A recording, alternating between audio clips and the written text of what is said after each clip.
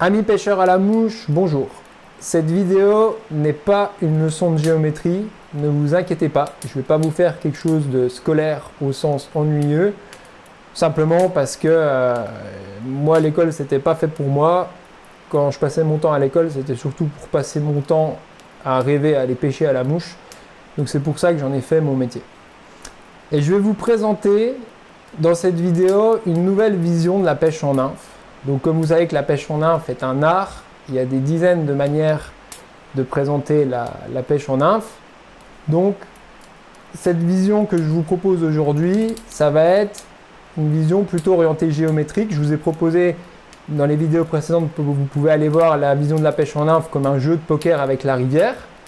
Mais dans cette vidéo, je vais vous présenter ce que j'appelle le vector équilibrium. Donc c'est cette forme géométrique que vous voyez, et au premier coup d'œil vous la voyez tourner. Cette forme géométrique, elle paraît très harmonieuse.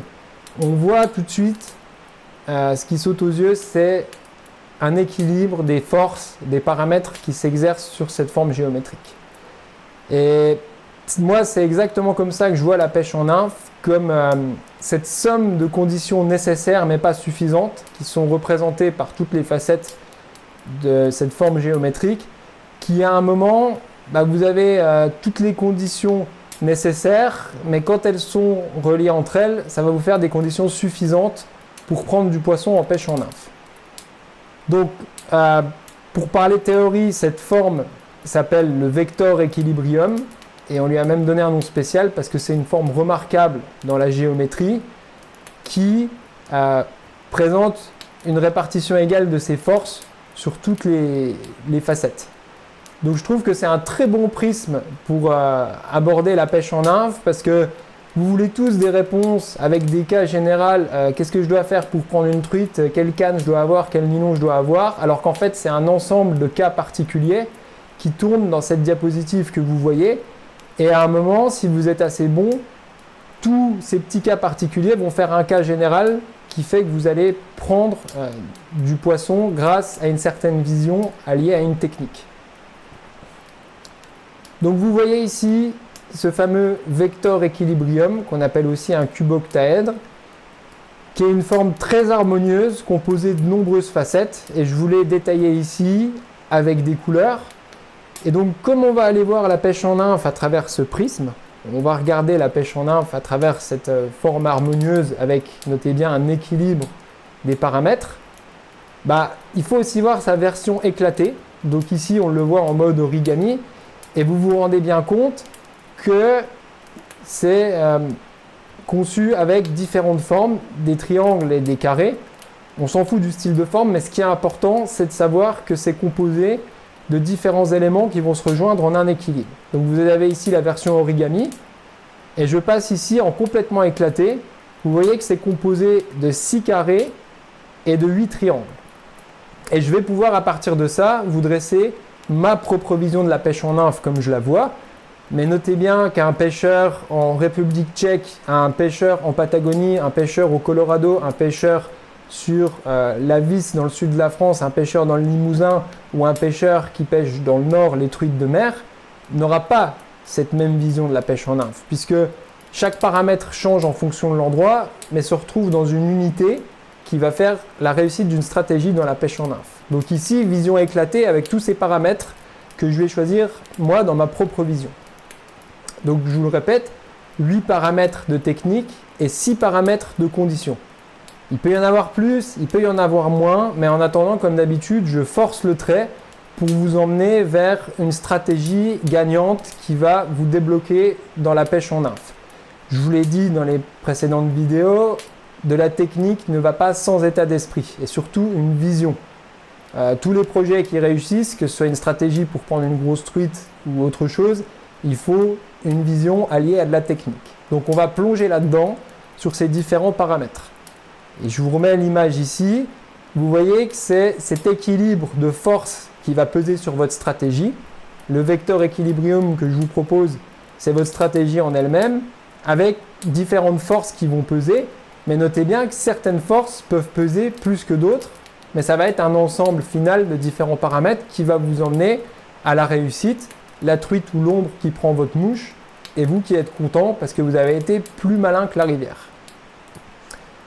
Donc en détail, le vecteur équilibrium ici, et moi je vous le projette tout de suite, regardez, 3, 2, 1, 0, en tous les paramètres, une myriade de paramètres qui vont de l'emplacement du poisson, du lestage des nymphes, de la dérive, de la météo, qui vont s'imbriquer dans ce vecteur équilibrium, dans une certaine harmonie, pour justement être un vecteur d'équilibre entre tous les paramètres et faire que vous allez être plus malin que la rivière. Être un bon pêcheur en nymphe, c'est simplement quelqu'un qui est plus malin que la rivière. Donc c'est très grisant ce sentiment d'être plus malin que la rivière. Quand on voit la beauté des truites et qu'on se dit qu'on a réussi à mettre à l'épuisette un poisson comme ça, vous savez tous, c'est vraiment un sentiment exceptionnel d'accomplissement. Donc je vous remets les flèches avec les forces sur cette diapositive parce que vous devez garder ça en tête. Et je vous l'ai déjà dit, il vous faut une vision du microscope au télescope. C'est ça qui est fascinant dans la pêche en nymphe. C'est cette alternance entre regarder des tout petits détails comme la taille de sa nymphe, mais en même temps regarder au loin, à l'échelle de la centaine de mètres, comment vous allez attaquer ce courant. Et c'est cette ambivalence qui fait votre réussite dans la pêche en nymphe. Donc 8 paramètres de technique que j'ai symbolisés ici en vert et 6 paramètres de conditions en orange. Alors ça c'est un pilier de la vidéo. Vous pouvez maîtriser la technique, mais vous devrez subir ou vous adapter aux conditions. Retenez bien ça, c'est pour ça que vous devez analyser les conditions, on va y venir, météo, éducation des poissons, je vais détailler tout ça, mais vous ne pourrez pas jouer sur les conditions. Si vous allez pêcher sur la sorgue et que les poissons sont super éduqués, ça ne sert à rien d'essayer de rêver que le gros ombre que vous voyez derrière un herbier, il va sauter sur votre nymphe. Ce n'est pas la peine, c'est des conditions. Les poissons sont éduqués sur la sorgue. Par contre, en opposition à ça, vous pouvez travailler votre technique, votre dérive, votre choix de lestage, votre approche, votre diamètre de nylon pour compenser tout ça et arriver à ce fameux équilibre qui va aboutir à une stratégie payante. Et c'est aussi pour ça que la pêche en nymphe fait autant d'émules et plaît aux gens. Quand on bascule de la pêche en sèche à la pêche en nymphe, il y a cette énorme complexité. Vous avez plus de travail, plus d'analyse dans la pêche en nymphe, mais le résultat est plus gros parce que vous prenez des poissons plus gros.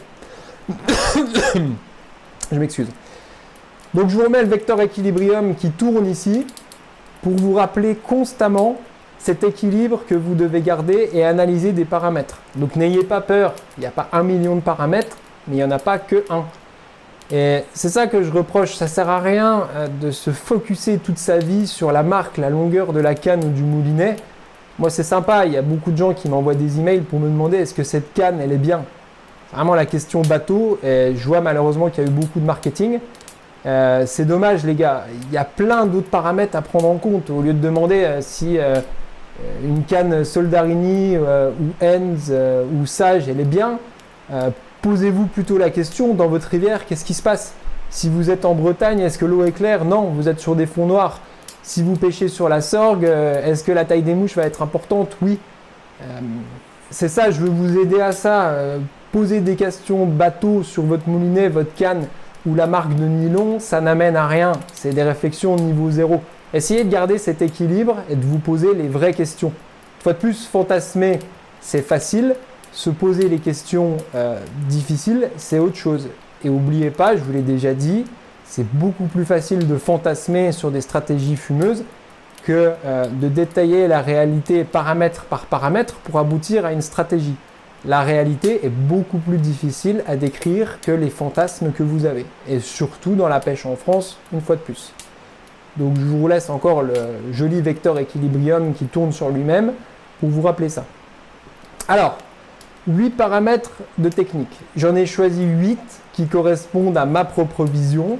En fonction des nympheurs, chacun peut faire son marché et s'imposer les choix dont il a besoin pour réussir sa stratégie en nymphe. Donc je vous les liste bêtement et après on va plonger dans le détail. Donc, paramètre 1, lestage de la nymphe. Ça, je me bats depuis des années à vous expliquer ça, c'est le niveau 0. Si vous n'avez pas au moins 3 poids par modèle de nymphe, c'est pas la peine d'aller plus loin. Voir les 10 heures de vidéo précédentes, j'arrête de retourner le couteau dans la plaie là-dessus. Le modèle de nymphe, on va voir qu'il faut quand même certaines caractéristiques pour un modèle de nymphe qui marche. le lancer, même s'il est dénigré dans la pêche en nymphe moderne, parce que c'est juste un coup de fouetté rapide, il est quand même très important. La dérive, alors là, on est sur quelque chose de capital. On va voir que le modèle de mouche parfait n'existe pas, je vous l'ai déjà dit. Par contre, la dérive parfaite, elle existe quasiment. Donc la dérive, c'est un gros point. L'approche, c'est un paramètre de technique sur lequel vous pouvez évoluer. On ne va pas approcher d'une même manière une grosse truite zébrée qui est en bordure sur la loue qu'une truite irlandaise qui est dans un pool agité dans de l'eau teintée. L'approche est aussi très importante, surtout sur la truite qui sont des poissons très craintifs. Donc autre paramètre, vision des poissons dans l'eau et lecture des courants. Donc là, on a les deux méthodes que je pratique, donc pêche en nymphe au fil, lecture des courants. Est-ce que vous êtes capable de trouver une veine nourricière où les poissons vont se tenir? Et vision des poissons dans l'eau, si vous pêchez en nymphe à vue, est-ce que vous êtes capable de distinguer une truite sur une bordure? Et on verra plus tard que ce n'est pas distinguer une truite complète, c'est distinguer juste un indice. Peut-être un bout d'une gueule, un bout d'une queue, une zébrure, quelque chose qui fait qu'il y a une truite dans ce tas de merde en bordure. Et alors ça, c'est pareil, c'est encore toute une bible à écrire sur la pêche en nymphe à vue. Autre paramètre technique sur lequel vous pouvez apprendre beaucoup, c'est la connaissance de la rivière. Chaque rivière a des spécificités et vous pouvez vraiment, en fonction de votre endroit, surtout en France, on a une myriade, une mosaïque de rivières incroyables. Si vous êtes un bon pêcheur en local, vous pouvez connaître des spécificités de votre rivière. Exemple, il y a des rivières dans le nord-est qui marchent très bien au coup d'eau. Bon, ça marche bien en général, mais alors sur certaines rivières, les grosses truites éduquées, quand il y a un coup d'eau, elles sont beaucoup plus faciles. Donc c'est au moment-là qu'il faut sortir, quand l'eau est un peu teintée, pêcher en nymphe au fil. Ça peut être un bon exemple.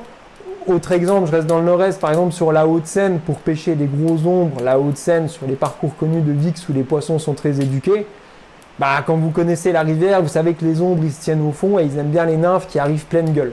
Donc il faudra des petites céramiques qui arrivent pleine gueule dans les poissons, parce que sur la Haute-Seine, ils sont tellement matraqués qu'on a besoin de cette connaissance des poissons qui vont rester au fond et qui ne vont pas faire des écarts énormes pour des nymphes. Donc vous pouvez vraiment compenser techniquement les conditions en connaissant la rivière, en vous disant vous êtes sur la Sorgue, sur un classique, j'en sais rien, au parcours du motocross, il y a cette grosse truite là qui est toujours derrière ce gros herbier. Si vous connaissez la rivière, un jour vous allez réussir à la baiser, entre guillemets, parce que vous avez compris qu'elle se tient là et qu'elle sort qu'entre 15h et 18h. Donc ça, elle est capitale, la connaissance de la rivière. Mais n'oubliez pas qu'il faut aussi vous diluer en faisant un petit voyage à l'étranger, en Autriche, en Slovénie, aux USA, pour vous confronter à autre chose et pas pantoufler en local et rester sur ses acquis. Et dernier paramètre de technique, on va en reparler, c'est le terrain pratiqué. Donc on va plonger là-dedans sur les 8 paramètres de technique. Le tout premier, désolé d'insister, c'est la connaissance du lestage de ces nymphes. Donc je vais aller vite là-dessus, c'est ce que je répète tout le temps dans mes vidéos, parce que je partage avec vous ma propre gamme de nymphes. Si vous ne savez pas comment elles coulent, que vous ne le sentez pas au bout de votre canne, c'est pas la peine d'aller plus loin. Donc je vous conseille, quand vous passez une commande, déjà vous prenez à peu près toute la collection, vous testez les poids, léger, moyen, lourd, vous sentez ça au bout de la canne, surtout vous allez au bord de l'eau, vous ne faites pas des théories fumeuses.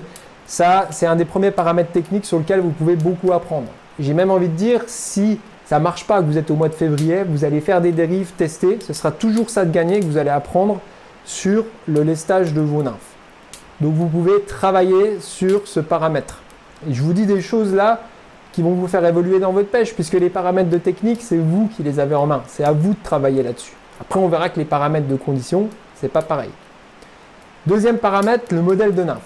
Effectivement, même si je vous vends une collection de nymphes qui est universelle, vous pouvez voir sur cette diapositive qu'entre une nymphe primitive qui est faite juste avec un enroulement de laine et un modèle abouti franco-français comme la nymphe céramique qui est en fait une densité spéciale avec que du plomb, avec un dubbing mobile, avec du tungstène, avec des proportions, il y a quand même une énorme différence.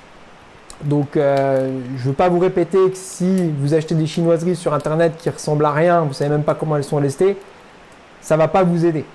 Moi je vous propose des modèles universels, mais ils ont des éléments déclencheurs Donc sur les faisantails, je vous les rappelle une fois de plus, c'est basique, les cercles de la queue, la bille en tête qui imite une bulle, les annelures sur le corps et le dubbing mobile. Et sur la nymphe céramique que j'utilise régulièrement en pointe, la vraie différence, qu'est-ce qui déclenche l'attaque? C'est simple, elle ressemble à un asticot, à une larve, à un trichoptère. Il y a une bille en tête, il y a un dubbing mobile, il y a une couleur qui est assez universelle, le jaune pâle moutarde est très représenté sur Terre. Et surtout, elle a une densité, donc on a une mouche très lourde pour une petite taille, ce qui fait qu'elle prend beaucoup de poissons. Voilà pour le topo sur le paramètre technique du modèle de nymphe. Vous ne pouvez pas non plus pêcher comme dans les années 80, comme j'ai dit dans la vidéo précédente, avec simplement un plumeau ou un bout de laine. Il faut quand même des éléments déclencheurs, il faut des modèles de nymphe minimum. Ça, c'est le deuxième paramètre. Troisième paramètre technique sur lequel vous pouvez évoluer, qui va tenir dans ce vecteur équilibrium dans l'ensemble de vos paramètres qui vont vous amener vers une bonne stratégie, c'est votre lancer. Je sais qu'en nymphophile, le lancer il est beaucoup moins important qu'en sèche. Restez pas bloqué sur la pêche en sèche. En pêche en sèche, le lancer il est capital. Il faut vraiment faire un lancer précis, un posé millimétré chirurgical. Quand vous êtes sur du haut niveau, sur de la pêche en sèche, des truites qui gobent en bordure dans des obstacles, le lancer il est capital.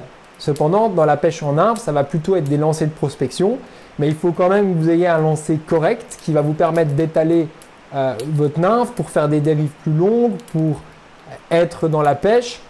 Et c'est quand même un élément capital dans la pêche en nymphe, le lancer. Si vous bananez n'importe comment sans viser les veines de courant précisément, c'est pas la peine. Même histoire sur l'image, lancer arbalète. Il y a une certaine précision sur le lancer arbalète. On verra par la suite. En 2021, je vais faire plus de pêche en nymphe à vue. Le lancer arbalète, c'est une précision, mais au-delà du chirurgical, quoi. Un lancer arbalète, vous pouvez vous poser derrière une racine, on est des fois au centimètre près. Donc, très mauvaise réputation pour le lancer arbalète, mais moi, c'est un sujet fascinant. On pourrait écrire une bible sur le lancer arbalète. Donc, je vous encourage à travailler techniquement là-dessus. Une fois de plus, c'est idiot, mais si vous passez votre dimanche dans un gymnase à faire des lancers arbalètes dans un cerceau, c'est beaucoup mieux que de regarder de la merde sur Facebook ou des vidéos où on essaye de vous placer un produit. Ça, c'est une fois de plus mon humble avis. Quatrième paramètre sur les 8, la dérive. Bon, alors là, j'ai même rien à dire là-dessus. La dérive, c'est capital. Je vous le répète, la nymphe parfaite n'existe pas. Par contre, la dérive parfaite existe. Et ça, c'est vachement important. Il faut vraiment que votre nymphe dérive au rythme du courant. Ça, c'est capital. Et faites attention si vous voyez des excellents nympheurs, parce que la différence de dérive dans la pêche en nymphophile entre un bon nympheur moyen et un excellent nympheur, elle est quasiment invisible. Moi, je vous cite un pêcheur que je respecte beaucoup, qui est un Belge, qui s'appelle Serge Sabot. Et c'est un mec, quand je l'ai vu au début, j'ai vu qu'il était excellent, mais de loin, il faisait les mêmes dérives que moi. Et en pêchant avec lui, j'ai vu qu'en fait, on ne faisait pas du tout les mêmes dérives. Parce que c'est indicible. Dans la pêche en nymphophile, ça paraît de juste faire tomber une nymphe comme ça, alors qu'en fait, pas du tout. Lui, il dérivait peut-être quelques secondes moins rapidement que moi, et ça lui faisait prendre du poisson, alors que moi, avec ma dérive moyenne, j'étais pas bon. Voilà le point sur la dérive qui est capital.